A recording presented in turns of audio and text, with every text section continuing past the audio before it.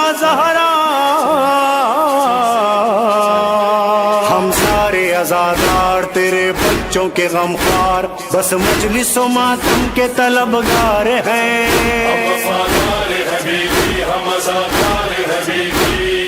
حاضر ہیں یا فاطمہ زہرا،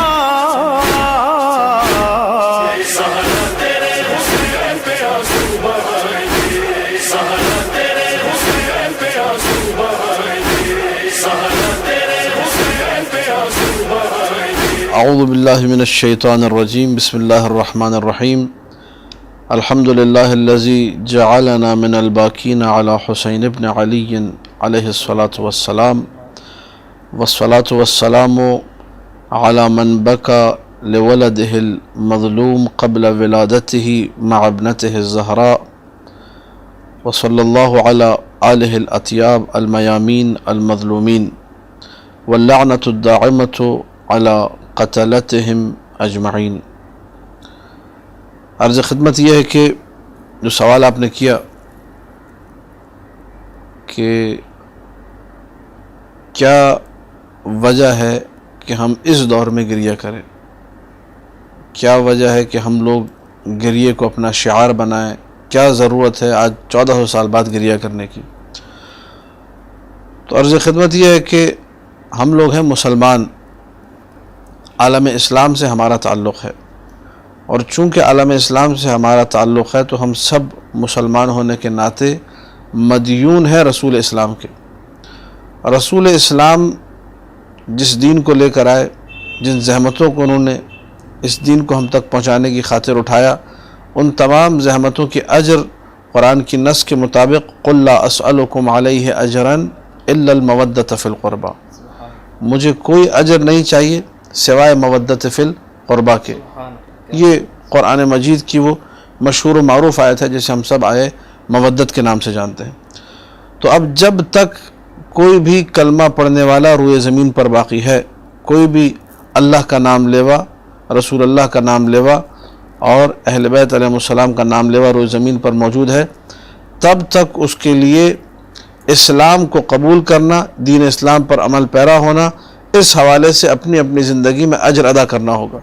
اور رسول نے کوئی روپیہ پیسہ، کوئی سونا چاندی، کوئی قیمتی جواہرات نہیں مانگے، بلکہ وہ چیز مانگی ہے کہ جس کا نام ہے مودت فی القربہ. میرے اہل بیت سے محبت کرو، میرے اہل بیت سے مودت اختیار کرو. یہ مودت جو ہے اس کے مظاہر میں سے ایک مظہر گریہ ہے. ہمارا گریہ دلیل ہے اس بات کی کہ ہم مودت فی القربہ اپنے وجود میں رکھتے ہیں، ہم اجر رسالت کو ادا کرتے ہیں. لہٰذا یہ سوال درست نہیں ہے کہ اس دور میں کیا ضرورت ہے، بلکہ میں یہ کہوں گا کہ جب سے اللہ کے رسول نے کہا قولوا لا الہ الا اللہ تفلحوا، اس وقت سے لے کر آج تک اور تا قیام قیامت، جب تک مسلمان روئے زمین پر موجود ہے اور اشہد ان لا الہ الا اللہ کی صدائیں بلند ہیں، اشہد ان محمد رسول اللہ کی صدائیں بلند ہیں، تب تک یہ گریہ ضروری ہے. کیوں؟ اجر رسالت کی ادائیگی کی خاطر. لہٰذا جس کا تعلق اسلام سے ہے اس کو شرم آنی چاہیے یہ بات کرتے ہوئے. نعوذ باللہ جو بعض وہابی سعودی عرب سے مفتی آ کر چینلز پر یہ کہتے ہیں، جن کو میں نے اپنے گنہگار کانوں سے سنا، کہ سید الشہداء کے غم میں جو شیعہ آنسو بہاتے ہیں یہ آنسو نجس ہے، یہ آنسو بہانا جو ہے حرام ہے، یہ آنسو بہانا جو ہے بدعت ہے، ایسی مجالس میں شرکت حرام ہے. ان لوگوں کو اصل دین کا نہیں پتہ ہے، ان کو معلوم ہی نہیں ہے کہ دین کی بقا ہی ان آنسوؤں کی وجہ سے ہے. اگر سید الشہداء پر بہائے گئے آنسو نہ ہوتے تو آج اسلام زندہ نہ ہوتا. اسلام کی زندگی مضمر ہے اسی محرم اور صفر کی عزاداری میں. اور آیت اللہ خمینی رحمۃ اللہ علیہ نے بہت اچھا جملہ کہا تھا کہ اسلام کی حیات اور اسلام کی زندگی ماہ محرم اور ماہ صفر سے ہے. اور یہ روایات معصومین ہی سے ماخوذ ان کا جملہ بھی. معصومین علیہ السلام نے اسلام کو زندہ رکھنے کے لیے ہر دور میں سید الشہداء پہ گریے کو زندہ رکھا ہے کسی نہ کسی شکل میں. نو خانوں کو بلایا گریہ کروایا، مرثیہ خانوں کو بلایا گریہ کروایا، خود محفلیں منعقد کی، مجلسیں منعقد کی، لوگوں کو بلایا، مصائب پڑھ کے سناتے تھے، گریہ کرتے تھے، اور مظلومیت اہل بیت لوگوں تک پہنچتی تھی. نتیجہ کیا ہوتا تھا؟ جب اہل بیت کی مظلومیت لوگوں تک پہنچے گی لوگ ان پر گریہ کریں گے تو خود بخود ان کی محبت اہل بیت سے بڑھے گی، مودت فی القربہ پوری کائنات میں منتشر ہوگی اور پھیلے گی۔ لہٰذا گریہ کی کیا ضرورت ہے؟ گریہ کی اس لیے ضرورت ہے کہ مجھے اگر اپنے آپ کو مسلمان ثابت کرنا ہے تو گریہ کرنا ہوگا، اگر مجھے یہ ثابت کرنا ہے کہ میرا عالم اسلام سے تعلق ہے تو مجھے گریہ کرنا ہوگا، اگر مجھے اپنے تشخص، اپنے ایک عنوان کو باقی رکھنا ہے کہ میں بھی کلمہ پڑھنے والوں میں ہوں تو مجھے گریہ کرنا ہوگا تاکہ آیا مودت پر عمل کر سکوں۔ قل لا اسألکم علیہ اجرا الا المودۃ فی القربہ کا حق ادا کر سکوں۔ عرض خدمت یہ ہے کہ اس حدیث کا پس منظر حضرت عائشہ نے بیان کیا، اور اہل سنت کے بڑے بڑے علماء نے اپنی کتابوں میں لکھا کہ حضرت ابو بکر کی وفات پر حضرت عائشہ بلک بلک کے رو رہی تھی، حتیٰ کہ انہوں نے ایک پتھر اٹھا کے اپنے سر پہ دے مارا غم و اندوہ کی کیفیت میں۔ یہ مسند احمد ابن حنبل میں یہ حدیث موجود ہے۔ تو ایسے عالم میں خلیفہ دوم کا وہاں سے گزر ہوا اور انہوں نے ڈانٹا حضرت عائشہ کو، اور اس وقت یہ حدیث پڑھی اور کہا کہ میں تمہیں منع کرتا ہوں۔ بہت انہوں نے سخت جملے کہے، میں اس کلپ میں نہیں کہنا چاہوں گا، اور کہا میں منع کرتا ہوں، یہ گریہ مت کرو۔ اللہ کے رسول نے یہ کہا تھا ان المیت لیعذب ببکاء اہلہ علیہ۔ اس وقت جو ہے حضرت عائشہ نے جواب دیا، خلیفہ دوم کو بھجوایا، کہہ کر جواب بھجوایا کہ آپ کو نہیں معلوم اللہ کے رسول نے یہ جملہ کب کہا تھا؟ جب ایک یہودی شخص جو ہے مدینہ میں مرا تھا، اور یہودی کے مرنے کے بعد اس کے گھر والے بیٹھ کر یہودی پہ گریہ کر رہے تھے، تو اللہ کے رسول نے اس موقع پر کہا تھا ان المیت لیعذب، یعنی جو مرنے والا ہے اس پر عذاب نازل ہوتا ہے اگر اس کے گھر والے اس پر گریہ کریں۔ تو اللہ کے رسول نے یہودی کے بارے میں کہا تھا، مسلمانوں کے بارے میں نہیں کہا تھا۔ لہٰذا وہ لوگ جو کہ اس کو بالکل پس منظر سے ہٹا کر بیان کرتے ہیں، ان کو تو انہی کی والدہ ماجدہ ام المومنین نے بہترین جواب دیا حضرت عائشہ نے کہ بابا یہ حدیث یہودیوں کے بارے میں ہے، مسلمانوں کے بارے میں نہیں ہے، اس کا مسلمانوں کے گریہ سے کوئی تعلق نہیں ہے۔ اللہ کے رسول نے کسی مسلمان کے بارے میں یہ نہیں کہا، بلکہ انشاءاللہ ہم آگے چل کے بیان کریں گے کہ خود رسول اللہ نے گریہ کیا ہے میت پر، اور نعوذ باللہ پھر رسول اللہ پہ ان کا اعتراض وارد ہوگا۔ نستجیر باللہ من ذالک، اللہ ہمیں اس کفر سے بچائے۔ اور رسول اکرم صلی اللہ علیہ وآلہ کی جب ہم لوگ سیرت کا مطالعہ کرتے ہیں تو گریہ کے کئی واقعات ہمارے سامنے آتے ہیں، اور ان واقعات میں سے ایک مسلم الثبوت واقعہ رسول اکرم صلی اللہ علیہ وآلہ کا گریہ ہے حضرت حمزہ، جو کہ سید الشہداء ہیں۔ سید الشہداء سے مراد ظاہر سی بات ہے یہاں پر جنگ احد کے جو شہداء تھے اس کی بات ہو رہی ہے، احد کے شہداء کے سید سردار، کیونکہ ہم لوگوں کے پاس سید الشہداء علی الاطلاق تمام کے تمام شہداء کے سردار اور امام حسین علیہ السلام ہے، سید الشہداء ان کو کہتے ہیں ہم لوگ۔ تو یہ جو سید الشہداء جمع روایات اسی طریقے سے ہوگا کہ ان کو سید الشہداء احد کہا جائے، احد کے شہداء کے سردار۔ یہ جب دنیا سے گئے، شہید ہوئے، تو اہل سنت کی کوئی ایک کتاب نہیں ہے، طبقات ابن سعد ہے، اس میں ہے، صحیح مسلم میں موجود ہے، المصنف صنعانی میں موجود ہے، نیل الاوطار شوکانی میں موجود ہے، اور دیگر بہت ساری کتابوں کے اندر آپ کو مل جائے گی یہ چیز کہ اللہ کے رسول نے حضرت حمزہ پر گریہ کیا، سید و شہداء احد پر گریہ کیا، اور صرف گریہ نہیں کیا بلکہ وہ عورتیں جو اپنے اپنے شہیدوں کا گریہ کر رہی تھی، تو اللہ کے رسول نے گلہ کیا، یہاں پر شکوہ کیا ہے، کہا کہ سب پر رونے والیاں ہیں لیکن حمزہ پہ رونے والیاں نہیں ہیں۔ جب اصحاب رسول نے یہ جملہ سنا کہ اللہ کے رسول اس طریقے سے گلہ اور شکوہ کر رہے ہیں، تو فوراً انہوں نے اپنے گھر کی عورتوں کو کہا کہ تم لوگ اپنے شہیدوں کا گریہ چھوڑو، جا کے رسول اللہ کے چچا حمزہ پہ گریہ کرو۔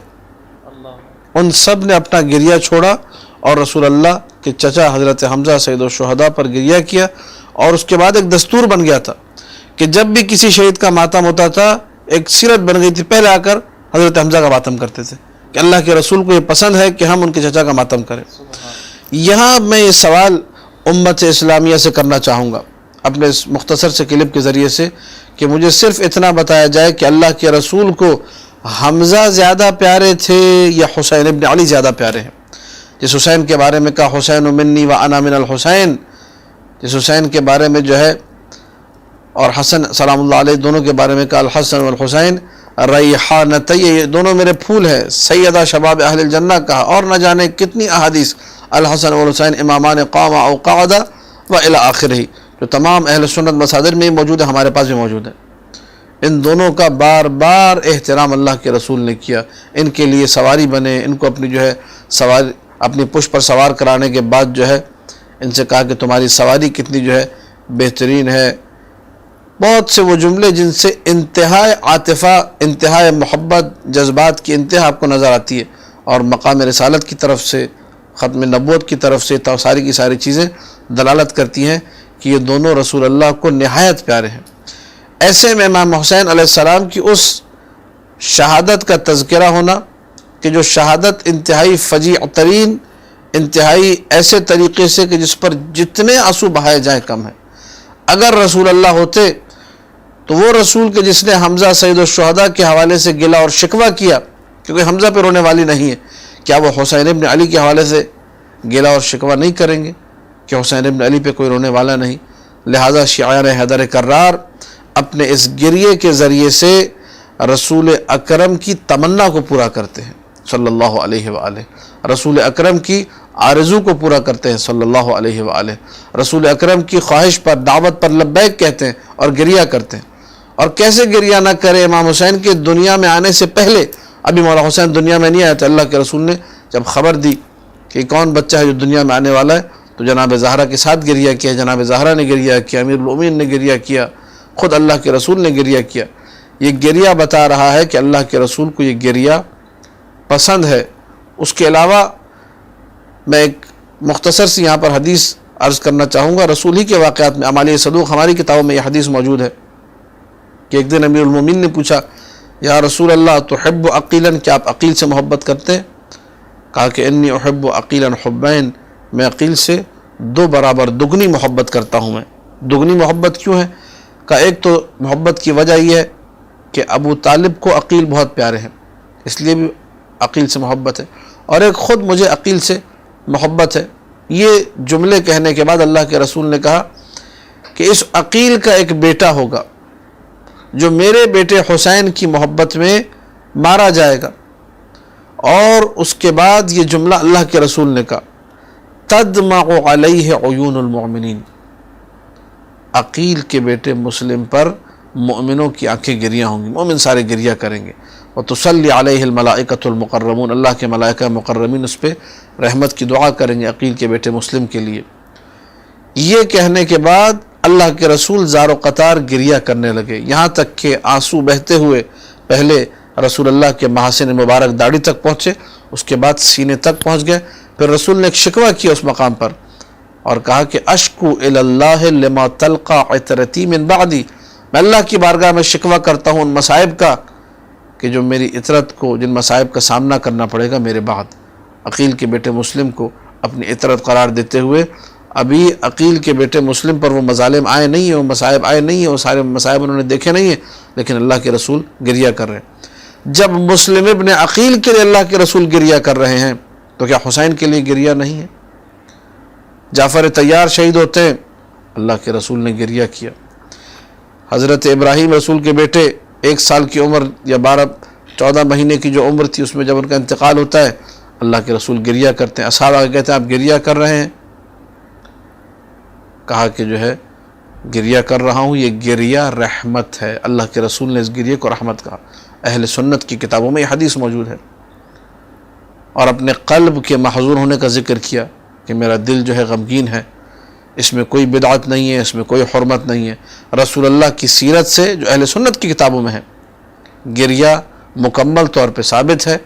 اور بہت ساری چیزیں ہیں جو اس مختصر سے کلپ میں بیان نہیں ہو سکتی، لیکن آخر میں اتنا ضرور کہنا چاہوں گا کہ خوش نصیب ہیں وہ لوگ جو آنسو بہا کر سید الشہداء کا پرسہ پیش کرتے ہیں بارگاہ رسالت میں اور بارگاہ فاطمہ سلام اللہ علیہا میں، اور اپنے آپ کو شریک غم قرار دیتے ہیں۔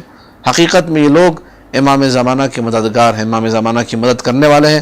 پردہ غیبت میں بیٹھ کر آخری وارث اس طریقے سے گریہ کنا ہے، یہ لوگ بھی گریہ کر کے اس بات کا ثبوت دیتے ہیں کہ ہم لوگ حسینی ہیں، ہم لوگ عزادار حسین ابن علی ہیں۔